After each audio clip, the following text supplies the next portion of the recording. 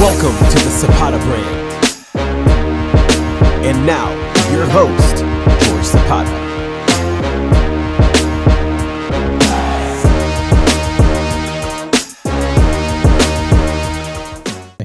So what I wanted to do now is go over something that you're well known for.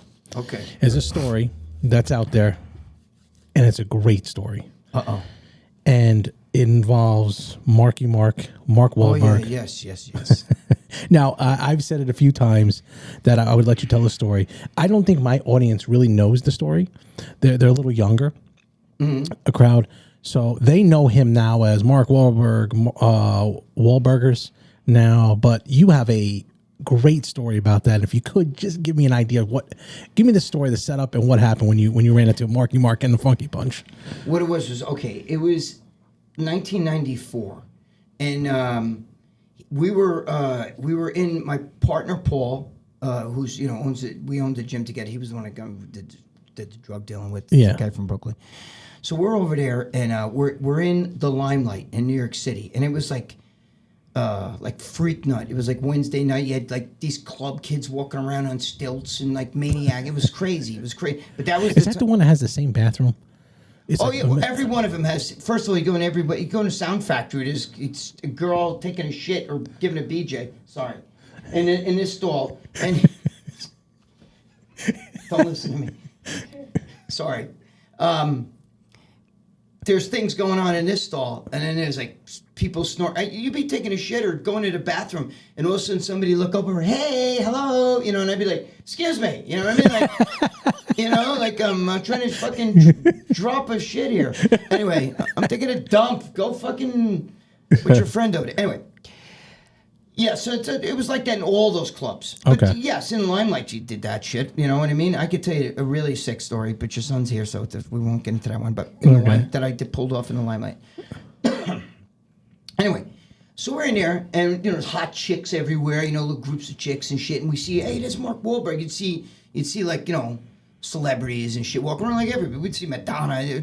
Anyway, so I'm in there with my partner Paul. And my partner Paul's like a real typical Brooklyn guy. You know what I mean? Let me tell you something, I'll knock that motherfucker out, Like, he was like that. So we're over there, we're talking to girls, and then we'd see Wahlberg and his crew, they're talking to the same girls we were talking to. And we go over and talk to more girls, and they were talking to the girls. We were all talking to the same girls, hitting on chicks, And now Mark Wahlberg, this is 1994, and he was walking around with his crew. He was walking around a bunch of guys, and they all had white, wife beaters, tank tops on, with Cupolines on it, with a freaking beanie caps. Beanie caps, yeah. Right? And I'm like, look at these idiots walking around with, because back then I never heard of it. There was no skull caps. Like, it came right after that shit. People wearing skull caps, that's the thing back then. That's a winter, beanie on their head. You know what I mean? So they're walking around, and I'm like, look at these clowns. And Mark Wahlberg had on, I don't remember if he had short sleeves under it or not, or was a tank top under it. I don't remember. But he had on a hunting vest with no sleeves, right? And he had on an Elmer Fudd hat, like a hunting hat, like a red checkered, the thing snap like that. And they were walking around, and they were like, and these guys were all like, they wear, the guy didn't see people. Now those kind of clothes are like, everybody wears that shit. So we're talking to girls, and they would like walk by us, and they would be like, steroids. Now, at the time, I wasn't even on steroids yet. You know what I'm saying? It's just before I started. But my partner Paul was pretty jacked, and they would go, steroids, like that. And they kept doing that shit, And it wasn't just him. He was doing it too, but it was a lot of his crew was doing it. So my partner Paul started getting into it with them, with his crew. You know what I'm saying? He was saying stuff back and forth. Yeah.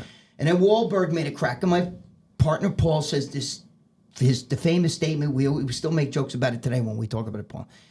He goes, yo, Mark, I'm going to be on Entertainment Tonight for kicking your fucking ass. Sorry. For kicking your ass, right? And Wahlberg's like, yo, bring it, like that. And then like all the kids, these guys that he's with jump in, and there's all this big melee. And the melee's basically with Paul and those guys. You know what I'm saying? So Wahlberg's kind of like a free agent now, still like kind of standing there, like this. But then he's looking at me, and I'm trying to we're just basically pushing guys around and shit. And he looks at me, and he's like, "What's up?" When I go, "What's up?" We go in, we go at each other, and I put my legs around him in a scissor, right, like this, and I grab him in a headlock, and I have him like this, and he's kind of like, chirping and shit, And next thing I know, before I can even start punching his face, next thing I know, there's like knees in my eye. You know what I mean? I'm getting like knees, like bouncers and his crew were kneeing me. You know what I mean? Like trying to get me off him. But I was like a freaking praying mantis, man. I had him like this, and he couldn't move. I had to, because I get that. My father used to do it. My father could jump up and grab your head like this in his scissors with his legs. He could jump up like this and grab your head and pull you down. Something like you see on WWF, Yeah. So I had him, but in his scissors, and I was squeezing him hard, and I wouldn't let him go. And they were punching me in the face, kicking me, kneeing me. Finally, when there's 10 guys on me and nobody on him. You know what I mean? So when they ripped me off him, I had him squealing like a hog. When they ripped him off ripped us apart. They let him go. I'm on the ground. They're still holding me, and he starts trying to kick me. You know what I mean? Mm-hmm. And finally, his crew pulled him away. And when I got up, my eye was closed. I had the worst black eye, and my nose was fucked up. I was bleeding out of my mouth, but I had no shirt on. They ripped my shirt off because they were trying to, as they're pulling on you, they ripped my shirt off and they ripped my pants. So I had to hold my pants closed. They threw us out. So me and Paul are sitting outside looking at each other. Both our faces were all like this and shit, you know what I mean? Big black eye. And I'm like, that motherfucker, you know what I mean? And now, first thing my partner Paul's like, yo, bro, now they're going to get the chicks, bro. And I'm like, hey, dude, I got a fucking black eye. I got no shirt. I'm standing outside. No, I got to hold my pants closed, to hide my gagoots from falling out. And you're worried about him. Now he wins. He's going to get the chicks. You know what I mean? Mm-hmm. Anyway, so Howard Stern's people were there. They called me up, and they wanted, Howard wanted to get me to fight Wahlberg and challenge him. So he had he was tricking Wahlberg to, get in on this, right? So I get a phone call from Stuttering John, and I hear Gregg Valentino. And I'm like, who the fuck is this? I'm thinking it's a prank call, you know what I mean? Like, I didn't realize, and then I realized it was Stuttering John. They had me call in on the show, and Howard's like, you're going to do this, and I was all ready to do it, but then Wahlberg, kind of didn't want to do it and wanted out, And then actually a couple weeks later, we saw him again in Club USA, which became Exit. And, there was a big melee. We were involved in that, but we were friends with the bouncers. We were only there because we were friends with the bouncers. Matter of fact, one of them is in my book. But, anyway, we'll talk about that later. Anyway, we were there, and that was a melee, and his boys all got their asses kicked. You know what I'm saying? They got beat up bad because they were in, now they were fighting with the bouncers. It was his boys, but he was there. You know what I mean? But the bouncers they were fighting with my boys, with my friends. The club scene was a little bit crazy, and the celebrity you would see celebrities all the time in these clubs. You know what I mean? We'd see people, all the time. Even the Sound Factory, all of them. Jeez, those are the days. But anyway, at the end of every podcast, what I like to do is I like to get a list of names that were in your life, and if you could give me couple sentences about them. It's not just word association, because that's easy. Okay. But some people that were involved in your life, what they meant in your life, how they affected your life, good, bad, indifferent. It doesn't matter to me. But I just wanted to get an idea of who they were. You don't have to go 10 paragraphs, but not one word. Is that okay? Okay. Yeah.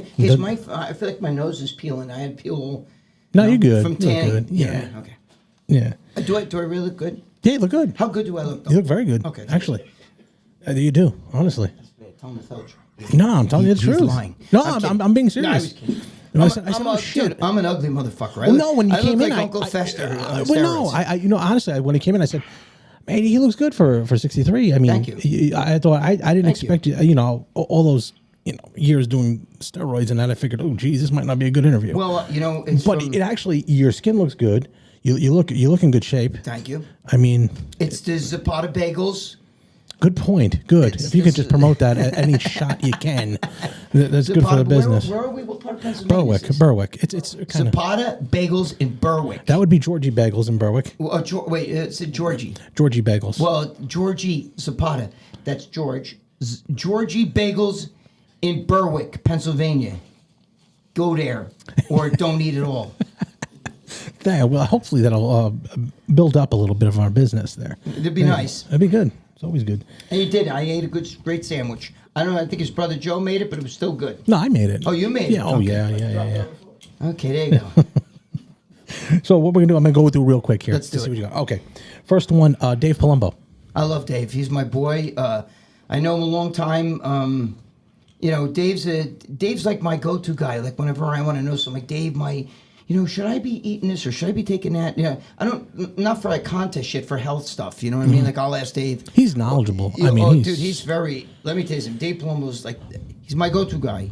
I ask him about everything, like anything to do with health and stuff. Again, when I ask, I'm not talking about like you guys might want to ask him like, what can I do for my biceps or how can I get bigger? Should I be missing tests with trainer? No, I don't ask him shit like that. I ask him more like health stuff. Dave, what should we be doing for the liver? Dave, I'm thinking about get my blood done for the. Like he looked over my blood when I got the cancer, and he, like we talk about stuff outside of bodybuilding. Okay. He'll even tell me you got to come down if you stay down here, bro. We could have like Where does he live? What's that? In Florida. Oh, it's in Florida. Yeah. Cape Coral, is it? Okay. Yeah. Mm-hmm. Okay. Good. And you're there after hours. Oh yeah. We're Good. there. Yeah. I'm the guy, bro. Can I say something? Sure. Dude, for you guys that watch After Hours, it was me, John, and Dave who started at Muscular Development. It was called the Muscle Mob. Okay. Yeah. Oh yeah. Then we went. It became when Dave left. He took the Muscle Mob and called it After Hours. And Jimmy would do stuff with us. Jimmy the Bull is my friend for a long time. Jimmy the Bull and George. All of us would do stuff at Muscular Development with the Muscle Mob and everything. So it morphed. Organically, it did. Yes, it did. organically. Okay. Arnold, obviously Arnold actually is a very listen. I've blasted Arnold in public. I know Arnold. Okay, we're not good friends, but I know him. Okay, I know him. Personally, not like we're not good. Again, we're not good friends, but I know him. I know his personality. We've talked. I see him in the gym. I see him.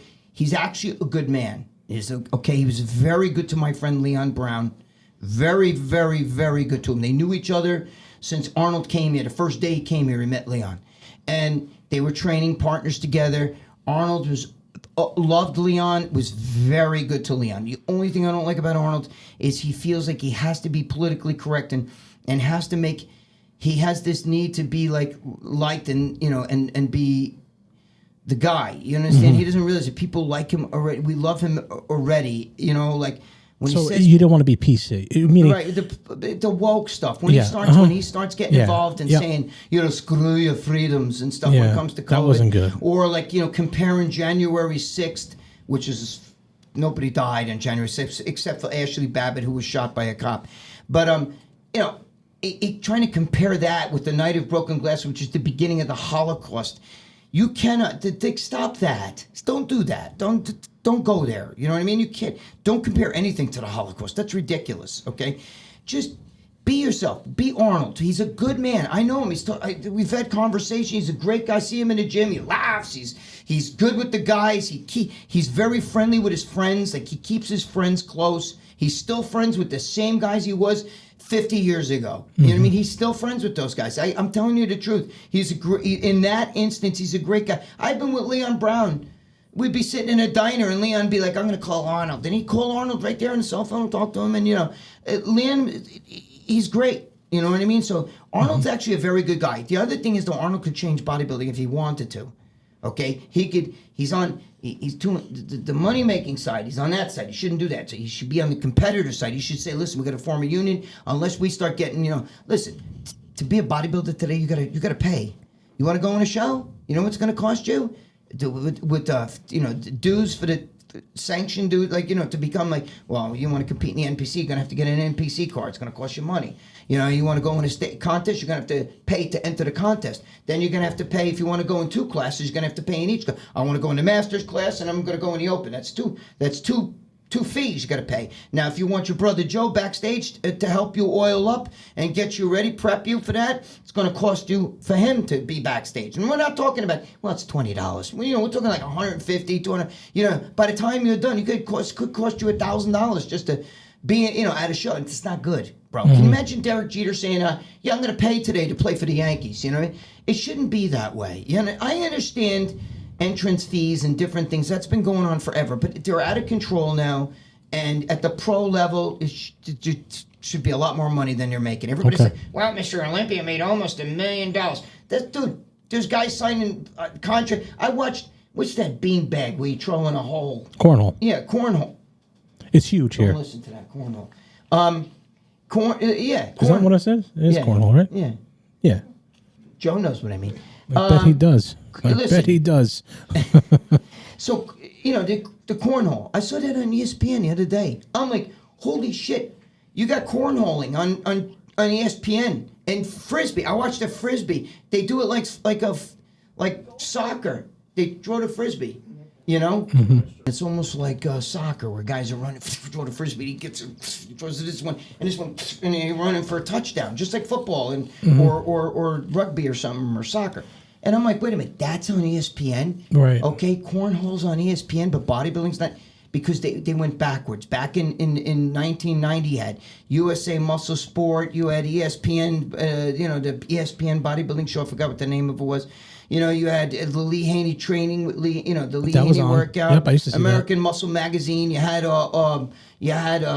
Corey Everson. You know what I mean? You had all these shows. But you also had Sean Ray. You also had guys like Wayne D'Amelia, who's a great promoter. Yeah. You have to have a promoter too. You can't just have it one way. Wayne is my friend, but what's happening now is even Wayne would tell you it's out of control. And just the steroids but you need a union. You know what happens if Mr. Olympia gets hurt? He's screwed. He's got to pay for that out of his own pocket, and that's going to cost him his career. How many athletes can, break an ankle or something and come back and play the sport? With bodybuilding, if you can't train for a year because you tore ligaments in your knee, you're pretty much done. You know what I mean? Yeah. I don't know. It's just okay. I just feel that Arnold should work on that part of bodybuilding, make it, and clean up the sport a little bit. But otherwise, a good guy. Arnold's actually a great guy. He's a great guy to his friends. He was always good with me. I pranked him not too long ago, and he got his son, his son Patrick, to kiss my girlfriend for her birthday. Oh, good, very good. Lou Ferrigno. Do you want to not talk about it? No, I'll talk really fast. He's a momo. Okay. I have nothing against him anymore. He hates my guts. If you said my name, I'll walk away from you. I knew his father and his brother Andy. I used to buy equipment from them from back in 1980. There was a lot of stuff that he pulled. There's a lot of reasons why he did it, and all stuff. Public knowledge. It's all public knowledge. A few things I don't want to say because we can get in trouble for saying. I'll tell you why, and you'll agree with me. But he's just, and when I brought it out, and when Andy came to me, Ferrigno's brother, and I put it all in the magazines and everything, he I was getting all these people writing to me, and they would send me videos of like Lou telling little young kid like your son over here, 12, going to be 13 years old, right? Comes up to him, can I get my picture taken with you? He'd be like, you got $20 or $50, shit like that, and he'd be like, COVID. He would actually be like, sorry, I can't do that, unless you pay, stupid things like that, see him in a. People tell me, oh yeah, my son went up to him, we were in a restaurant, can you sign a napkin for me? Nope, I'm not signing. You got $20? I'm not signing. Prick shit, So he's known for that, but that's not what I brought him out for. Those are just things that people came to me about. What I brought him out for was, the whole lawsuit he put on his own family for running the Ferrigno, using the Ferrigno name. That's right. You understand? Yep. If your father came out with I don't know, Zapata cold cuts, which is, kind of, you're in the, the business.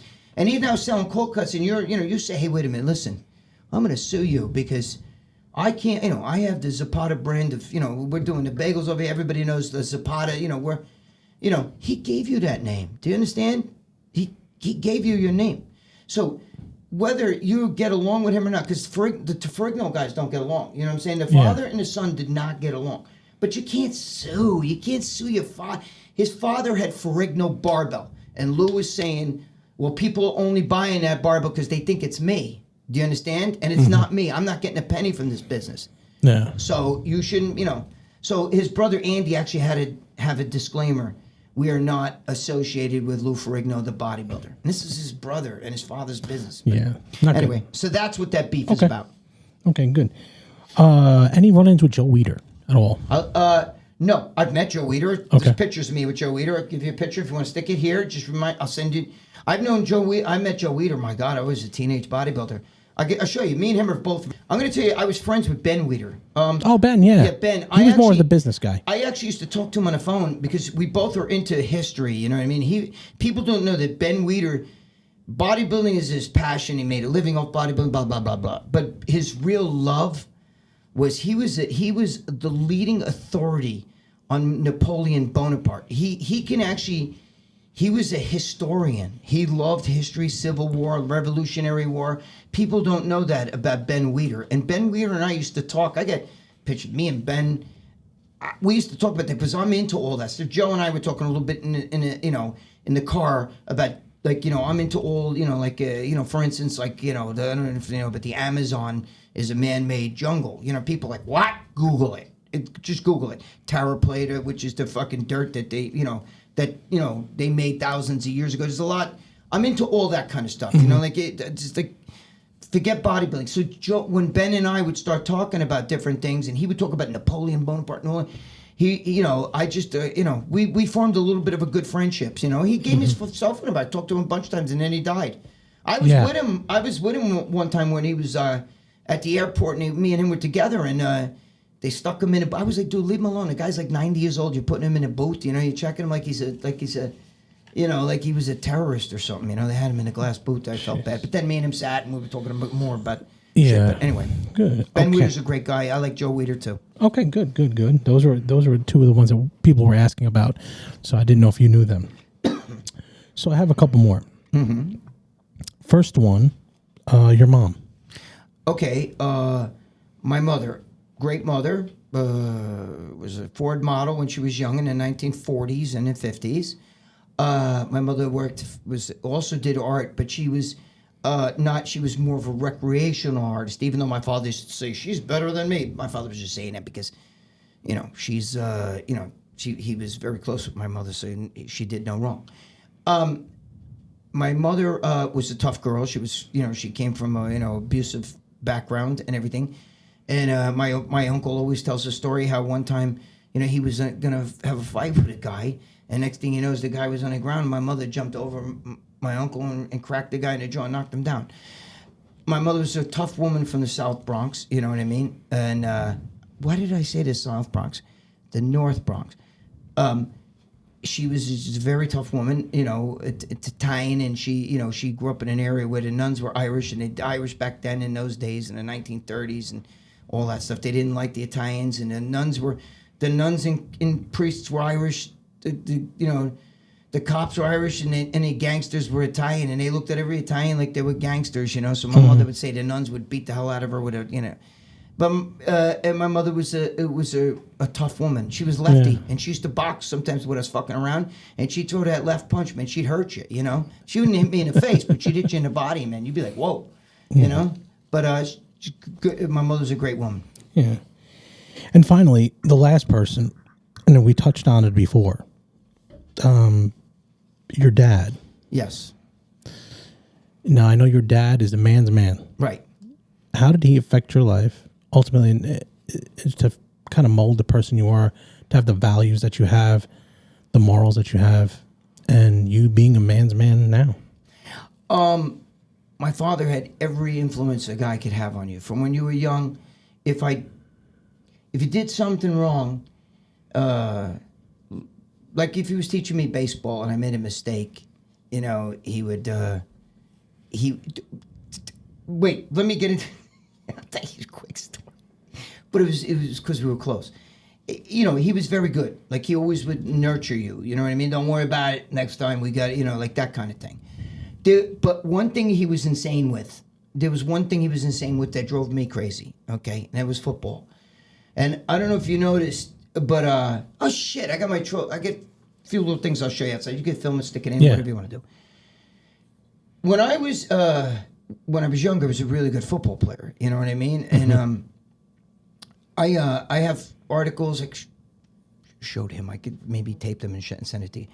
I have articles about me, like, you know, I'm doing all these, like, you know, really good plays and everything. Because I had no choice. My father forced football on me. And I'm going to tell you a quick story. This is funny because it's almost going to go, it's not against everything I've told you about him. But you might take it like a little, whoa. My father was with football, he was insane. He would watch 2 football games. And my father was the biggest football fan. He was like a, you know, real man's man. And when I would play, he was on my ass. You understand? Like, watch number 32. You know what I mean? And I'd be like, you know, because I was a linebacker and shit, you know? And, you know, he's going to get the ball. Watch it, you know. Remember I told you the coach said, don't listen to your father, yes. right? Anyway, so my father would scream all the time, you know, like, you know, different things to me. You know, watch that, you know, do this, you know, step back, you know? And he was driving me crazy with some of that. You know, and my mother used to say, will you stop? Let the kid, he knows what he's doing. The kid, you know, I was the best kid on the team. He knows what he's doing. So one time we're out there, right? And this is the best story. One time we're out there and I was the captain of the football team, right? So I believe it was a tie game. I think it was tie. I always get mixed up. And it's halftime. And the other team had a penalty. We had got a penalty, right? Now, if you take the penalty, they were literally like right on, you know, the goal, like, you know, 5-10 yards away from goal, right? So my father's freaking out, right? And you know, because they get the, you know, I'm the captain, so they go, do you want the play? If you take the play, okay, you know, it's over. At halftime, if you take the penalty, they're going to get another shot at it. Do you understand what I'm saying? You know how that works. Yep. Okay. So my father, the coach is saying, take the play. My father's going, take the play. Take the goddamn play. And, you know, because I'm out there, and I'm all like this. And I listen, and I hear my father, and what? It's like a movie. I just see his face. Take the play. You know? So I'm like, and he's screaming. And I go, take the penalty, right? So my father's like, Jesus Christ, what did you do? You took the, you know what I mean? Because this was like, you know, a big game for us. And now they get a chance. And they're right within 10 yards of a friggin' goal, you know, of goal line. Yeah. And I'm like, you know, touchdown. And I'm like, okay, oh shit, I fucked up. But I knew I fucked up, right? And I see my father screaming on the sidelines, right? Now I'm like incensed. I'm crazy. I'm like really spinning, really bad. So now here comes the play. The guy throws his pass, right? The other team throws a short pass into the end zone. I catch the ball, I intercept, and I run all the way down. And I score a touchdown. Now listen to this. I score. I'm so crazy though. Like this, because my father said, and I'm like, I took the ball, right? And I ran to the sideline and I threw it at my father's head. And I had the kids on my team jumping on me, right? And a good thing I didn't hit him because I would have been dead. But I'm sitting there now, I'm almost crying, I'm so upset. You know what I mean? Uh-huh. And I'm sitting there, and now it's halftime, and everybody's, and boy Valentino, you know, and they fucking hit me, and I'm going, fuck. I couldn't even enjoy. I could not enjoy the fact that I just fucking scored a touchdown. Do you understand? I intercepted and scored a touchdown. I was more than I fucked up. I should have took the penalty. Yeah. I mean the play. So he got me so crazy. But he was a great. Listen, don't take me wrong. I love the guy. And you know what's funny? And this goes to show you. This is the truth. I was the same way with my daughter. I swore I'd never do that shit. And my daughter, one time, I used to scream, Jada! They're making fun of me at the school. All the other parents are like, because when she graduated, I didn't scream. I was too busy taking a vid. And they're like, how come you didn't do the patented Gina scream? And like Gina was my daughter. They used to call her Crazy Stick. She'd run down, shoot with one hand, because my daughter's crazy. And she'd shoot, and I'd be like, I would scream, Gina, get the pen! And some of her girls would ball hog, and I didn't like that. So I'd be like, Gina, just shoot the ball. Fuck that. I would say crazy shit. Other parents, if you want to fight them all. Anyway, so one time I get out there, and, the girls are out there. And, every girl, every high school, this is high school, you know what I mean? Yeah. My daughter was a captain of the team from 10th grade on. So she's standing out there. Where, I get to the game. I'm never late. I get there. The game had already started, right? I see, the ball goes, and she scoops and misses the ball. Another girl grabs the ball, runs down, right? And I'm over there. What the hell is wrong with you? What was that? Come on, God damn it. Come on.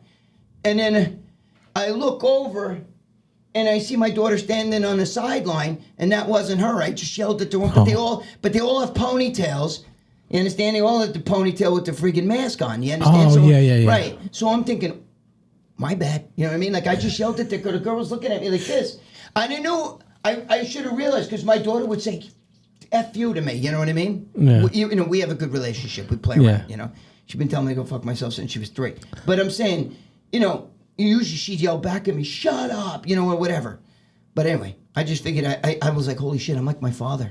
Yeah. Anyway, that was... And usually that ends up being what it is. It's my father was the greatest father, but when it came to like sports, football was insane. He was insane. Like, I don't like football because he shoved it kind of up my ass. Like, I don't watch football. I mean, if the Giants were in it, because my father was such a Giant, I grew up a Giant fan because I inherited Giants from but he also liked the Jets too, because I think I see it. Did you have a Jets hat on? No. No, that's the Raiders. We were just in Vegas. Can't see. I'm sorry, I'm blind. It doesn't look nothing like the Jets, but I'm colorblind, and that looks green to me. But I think it's gray, right? It is green. It is green. Yes, camouflage.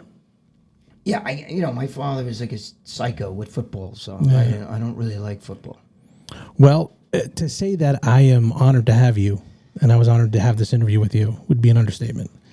When my brother had told me that you guys were in contact about doing the podcast, it was something that I'd looked forward to for probably a good month. To finally have it sit down here with someone in your stature, I can't tell you thank you enough for coming in. You didn't have to do this. Honestly, most people of your stature wouldn't come here, wouldn't give us the opportunity to connect with your fans and your fan base. And it's something that I'm very grateful for. I just wanted to take the time to thank you. It's not often that someone as small in the YouTube space that I am gets an opportunity to meet your audience and hook up with someone like you. And I appreciate that, because I want to make this podcast something. I don't have to do this. This is something I do for fun. Obviously, I own a bagel shop. I'm an entrepreneur. My podcast is kind of something I do for fun. You have made that unbelievably fun today. And it was something that was unbelievable. I couldn't believe when my brother told me, he said, hey, I'm contacted with Gregg Valentino. We're gonna come here to Pennsylvania. And the amount, as you could tell, the amount of people that have put in questions and asked me questions was something I didn't expect. I went to bed when you made that announcement last Sunday thinking, I only have 100 and some subscribers. I'm thinking, well, I want to change that. I'm glad to be here. I'm honored to be here. I'm just a minnow in the ocean. Oh, you know what? My brother told me that. He said, you wouldn't believe how down to earth and cool Gregg is. And again, we see you, in a different light. I grew up watching you. So, through the years, the Jersey Shore years and what have you, I grew up watching you. And then all of a sudden my brother's like, hey, Gregg's coming in. And I couldn't believe the impact you had. You have a great impact. You have a great fan base and a loyal fan base. Thank you. I appreciate it. But again, I appreciate you coming in. It means a lot to us here at the Zapata Brand Podcast. And remember, don't be envious of what I've accomplished in my life. Be inspired by what you can do in yours. Thanks. Thank you, Gregg. That's it.